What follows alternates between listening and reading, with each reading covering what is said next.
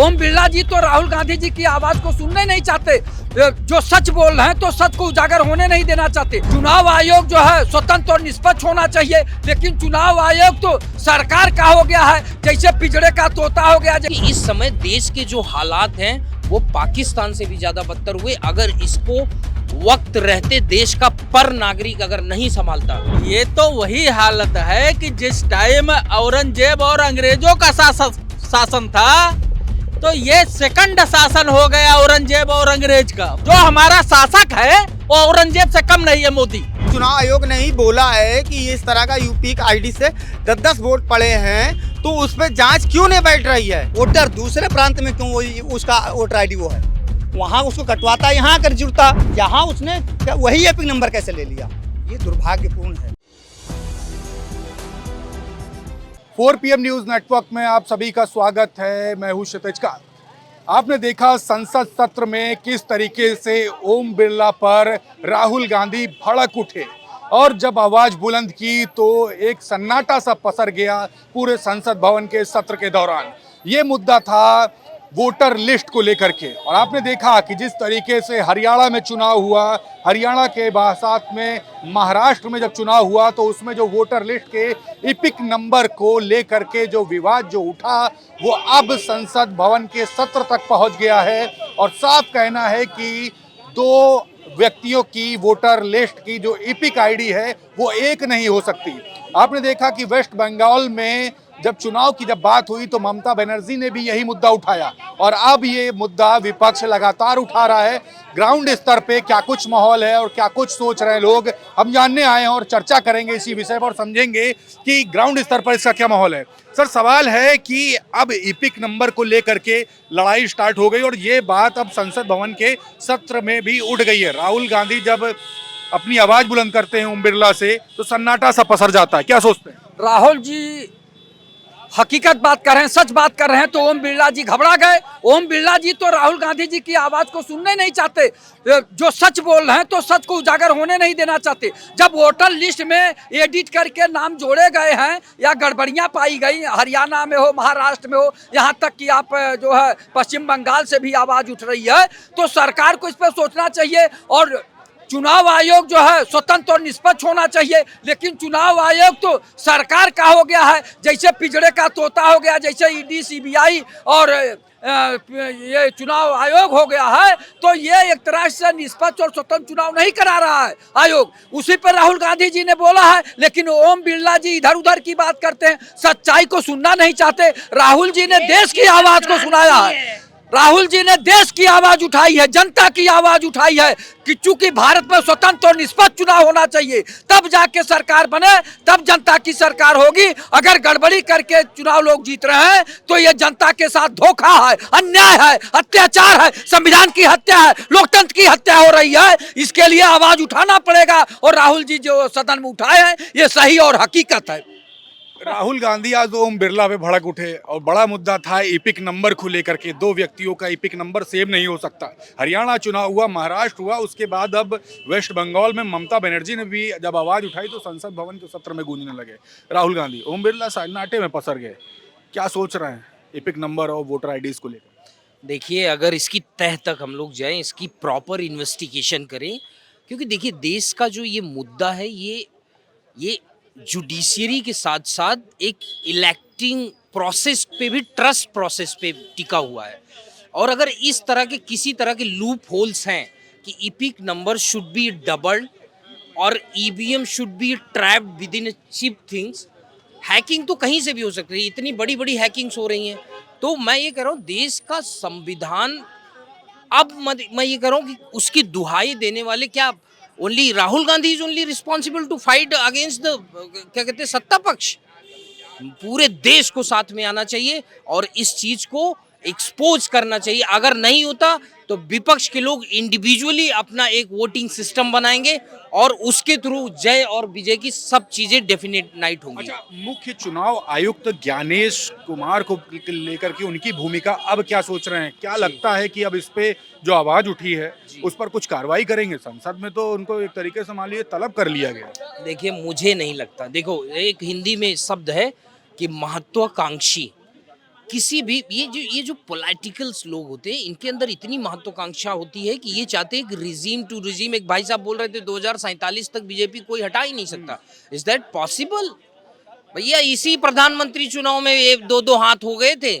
ये तो कहो हमारे पक्ष के लोग थोड़े कम एक्सपीरियंस रह गए, उनको धोखाधड़ी, मैनिपुलेशन, गैम्बलिंग और क्या कहते हैं फ्रॉड, स्कैम्स, ये सब नहीं करने आते। और कोई कॉरपोरेट साथी भी नहीं था इनके, तो लोग कॉरपोरेट फ्रेंड्स हैं।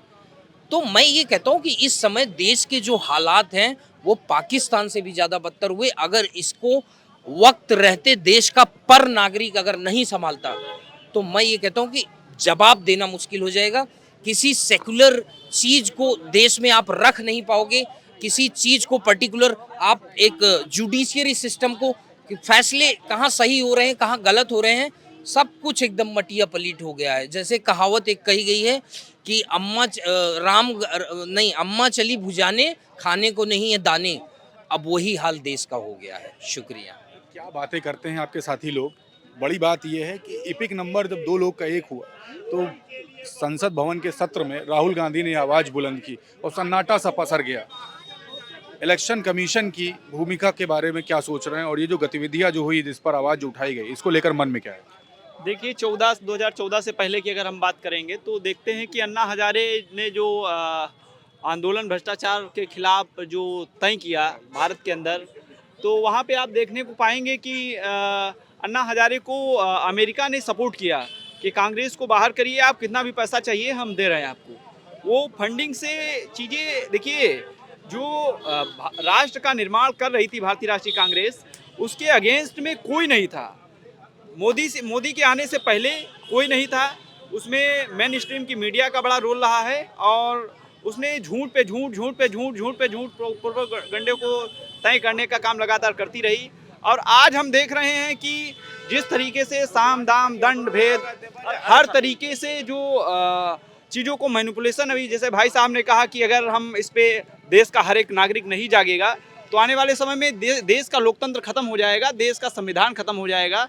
और जिस तरीके से अमित शाह ने कहा है कि आने वाले हम 48 तक सत्ता में रहेंगे, तो यही सब चीज़ों को मैनिपुलेट करके, हेर फेर करके, फ्रॉड करके, चीटिंग करके, चेप चाप के सत्ता में बने रहने का काम करेंगे। जैसे अभी एक बिल पड़ा हुआ है, अभी वो फेल हुआ है, जो वन नेशन वन इलेक्शन की बात किया उन्होंने। तो ये सब जो एक ज़मीन तय की जा रही है वो कहीं ना कहीं लोकतंत्र को ख़त्म करने की बात कर रही है, कहीं ना कहीं राजतंत्र लाने की बात कर रही है। ये वन नेशन वन इलेक्शन का जो अगर बाय द वे कहीं पास हो जाता है तो आने वाले समय में चुनाव बंद होंगे, जिस तरीके से चाइना और रसिया में हो रहा है। बिल्कुल। और राहुल गांधी बहुत गरज गए ओम बिरला पर, और मुद्दा ये था कि दो लोगों की एपिक नंबर एक नहीं हो सकते। वोटर आईडी को लेकर के बड़ा अब माहौल जानते बड़ा गर्म हो रहा। हरियाणा महाराष्ट्र के चुनाव पे सवाल खड़े किए गए। बंगाल में ममता बनर्जी काफ़ी गरजी हुई है। यहाँ के लोग क्या सोच रहे हैं, आप लोग के मन में क्या चल रहा है? देखिए गलत है, फराड है, बेईमानी है, चोरी है। इसको पूरा देश जान रहा है। कौन नहीं जान रहा है हमको बताओ? पूरा देश जान रहा है, लेकिन बस मजबूर है। ये तो वही हालत है कि जिस टाइम औरंगजेब और अंग्रेजों का शासन था, तो ये सेकंड शासन हो गया औरंगजेब और अंग्रेज का, भारतीय जनता पार्टी उसी के नक्शे कदम पे चल रही है। कि वो देख रहे हैं, पुराना 200 साल पुराना इतिहास निकाल रहे हैं कि औरंगजेब कैसे शासक था हमारे देश में, उस टाइप से काम करना चाहिए। अंग्रेज कैसे शासन किया है, उस टाइप से शासन करना चाहिए। आरोप किस पे लगा रहे हैं? पत्रकार को उठा करके जेल में डाल दो, अगर जेल में नहीं डाल पाओ तो हत्या कर दो। अभी सीतापुर में आपके हुआ हत्या, गोली मार करके। तो इस टाइप से कौन सा पत्रकार है सच्चाई जमीनी हकीकत दिखाने वाला? ये तो औरंगजेब से ज्यादा बढ़ गए हैं कि कलम करवा दो। तो ये इलेक्शन कमीशन की भूमिका को आपने औरंगजेब से जोड़ दिया, और औरंगजेब को लेकर के पूरा देश भर हमारा शासक औरंगजेब है इस टाइम। जो हमारा शासक है वो औरंगजेब से कम नहीं है, मोदी। ठीक है, और इसका अंत जो है जनता बहुत भयंकर करेगी। जब अंग्रेजों को मार करके भगा दिया तो ये औरंगजेब को भगाने में कई मिनट लगेगा। डर नहीं लगता इतना विवादित बयान दे रहे हैं? बिल्कुल, मैं सत्य बोलने से क्यों डरूं? इस पे कौन जिंदा रहेगा इस धरती पे, हमको बताओ ना। इस धरती पे कोई आज तक का जिंदा रहा महापुरुष? मोदी जिंदा रहेंगे यहाँ पे? उनको भी मरना है। जो इस धरती पे आया उसको मरना है, लेकिन सत्य से पीछे नहीं भागना चाहिए। ये मर्दों का काम होता है, हिजड़ों का नहीं। जो हिजड़े बन जाते हैं, तलवा चाटते हैं सत्ता का, वो क्या बोलेंगे सत्य बोलने में? वो तो तलवा चाट रहे हैं। आज मीडिया तलवा चाट रही है भारतीय जनता पार्टी की। काफी नाराज हैं आप, उखड़ क्यों गए? ये सच्चाई में तो नाराजगी दिखता है लोगों को ना। अब मीडिया पूरा गुलामी कर रही है, तलवा चाट रही है सरकार की। कभी ऐसा हुआ इतिहास में? कांग्रेस पार्टी खाली महंगाई पे हम लोग भगा दिए थे, लेकिन वो औरंगजेब जैसा शासक नहीं था। जिस आज के डेट में जैसा मोदी औरंगजेब जैसा शासक बन गया है और अंग्रेजों का गुलाम अंग्रेज बन गया है, इसको जनता, हमारे देश की जनता को जागना है। इनको एक जियो का डाटा दे दिया, उसी में चाटते रहो और जियो का पिसान खाते रहो। वो सिस्टम चल रहा है हमारे देश में। ये नहीं देख रहे कि हमारा देश गुलाम हो रहा है, शिक्षा खत्म हो रही है, बेरोजगारी बढ़ रही है, महंगाई कितना चरम पे है। अब वहाँ जो है चाइना से और अमेरिका से ले करके पैसा एवीएम बदला जा रहा है। जनता नहीं देख रही है, सब देख रही है। लेकिन बस वही एक जैसे अंग्रेजों को भगाने का काम किया गया था, आज जनता को जागने की जरूरत है कि जो ना भगा पाए कम से कम अपनी आवाज बुलंद करे, सही सत्य बात बोले। अभी एमपी में देखो कितना विद्यालय इन्होंने बंद करवा दिया।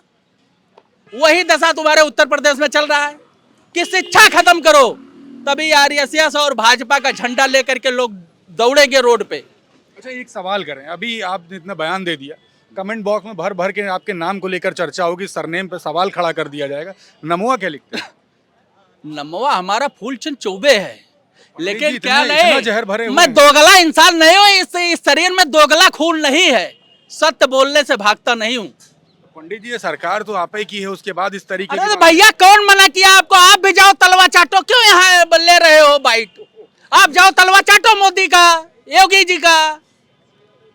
नहीं तो आपको भी गोली मार दी जाएगी। अभी सीतापुर का हमारा एक भाई पत्रकार को गोली मार दिया गया। तो मरना तो सबको है, कोई आज मरेगा, कोई कल मरेगा, कोई परसों मरेगा। यहाँ कोई अम्बर का चाउर चबा करके आया कि आल्हा उदल बैठे हैं दिल्ली में, अमित शाह और मोदी आल्हा है और वो अमित शाह उदल हैं। आल्हा उदल अम्बर का चाउर चबा करके बैठे हुए हैं, ये नहीं हटेंगे अब देश से। इपिक नंबर को लेकर के जो सवाल उठा है उस पर क्या मन में है वो बोलिए। मैं कहूंगा कि राहुल गांधी पे पहले भी सवाल उठाए गए थे और ओम बिरला ही ने निष्कासित किया था उनकी सदस्यता। मुंह की खानी पड़ी, सुप्रीम कोर्ट ने आदेश दे दिया कि इनकी सदस्यता वापस बहाल करी जाए, इन्हें इनका बंगला वापस किया जाए। कहाँ गए उस समय? इनकी मर्यादा काहे ने थूक के चाट लिए थे उस समय बीजेपी वाले हैं, जिन पे आरोप लगाए थे ना राहुल गांधी पे। टारगेट मत करिए, अरे मुद्दे पे आइए ना। मैं मुद्दे पे ही बात कर रहा हूँ ना कि इनका काम है राहुल गांधी को निष्कासित करना, उन पे आरोप लगाना। लेकिन राहुल गांधी अगर कुछ कहते हैं तो कहते हैं कि बेबुनियाद है। बाद में जब साबित होता है सुप्रीम कोर्ट से और चुनाव आयोग से, तो मुंह की खाने के बजाय ये लोग क्या कहते हैं, उसके गुणगान गाने लगते हैं। मुख्य चुनाव आयुक्त की भूमिका के बारे में क्या सोचते हैं आप? तो बड़े मुद्दे उठ गए, उस पर क्या सोचते हैं, आगे क्या कार्रवाई होनी चाहिए? क्या सोचते हैं? वही चीज अभी दादा ने बोल दिया कि जब सुप्रीम कोर्ट के जज बिक जाते हैं, बड़े बड़े लोग बिक जाते हैं, राज्यसभा में सदस्यता मिल जाती है उनको फैसला देने के बाद में, तो चुनाव आयोग क्या है? चुनाव आयोग तो जैसा पिट्ठू चाहेगा वैसा नाचेगा। लेकिन अब अगर चुनाव आयोग ने ही बोला है कि ये इस तरह का यूपी आईडी से 10-10 वोट पड़े हैं, तो उस पर जांच क्यों नहीं बैठ रही है? जांच तो बैठनी चाहिए, कम से कम जांच की मांग तो होनी चाहिए। जेपीसी का विरोध ये लोग करने वाले, अल्पसंख्यक का विरोध ये लोग करने वाले, अभी वक्फ बोर्ड का मुद्दा उठा हुआ है, उसके लिए विरोध कर रहे हैं। बताइए कहाँ तक क्या कहते हैं बीजेपी वाले, किसका किसका बोलेंगे? कहाँ तक क्या कहते हैं, देश की दुर्दशा करके रखेंगे। एक अकेला नेता सबसे लड़ने के लिए तैयार है, लेकिन उसका कोई साथ देने के लिए तैयार नहीं है। इपिक नंबर को लेकर के जो बवाल जो खड़ा हुआ है, उस पर जमीनी स्तर पर आप लोग क्या सोच रहे हैं? पहले ये सोचने की जरूरत है कि जब विधानसभा का चुनाव होता है, लोकसभा का चुनाव होता है, तो केंद्रीकृत एपिक नहीं बनता है। वो लोकल स्तर पर ही बनता है कि इस विधानसभा के इनका एपिक नंबर ही है, वोटर आईडी बनता है, ना कि राष्ट्रीय स्तर पर बनता है, विधानसभा वाइज बनता है। तो ये मानने की जरूरत है कि दूसरे प्रांत का वोटर दूसरे प्रांत में क्यों उसका वोटर आईडी वो है, वहाँ उसको कटवाता, यहाँ आकर जुड़ता। यहाँ उसने वही एपिक नंबर कैसे ले लिया? ये दुर्भाग्यपूर्ण है और ये एक बड़ा फ्रॉड है और कहीं ना कहीं इस तरीके से फ्रॉड करके केंद्रीय चुनाव आयोग अभी फंसा तो है, सुप्रीम कोर्ट में जवाब तो नहीं दे पा रहा है। जो 20-25 जगहों पर हुआ और इसके पहले हरियाणा के चुनाव में फर्जी वोट काटते हुए दिखे गए चुनाव अधिकारी रिटर्निंग अफसर, उस पर जवाब नहीं देते ज्ञानेश लोग। कुमार को आपने सवालों घेरे में खड़ा कर दिया। नहीं, ज्ञानेश कुमार को क्यों हम करेंगे? ज्ञानेश कुमार तो अब आए हैं, उनकी जिम्मेदारी कि उसका जवाब दें। लेकिन जो कार्यकाल हुआ वो राजीव कुमार का था।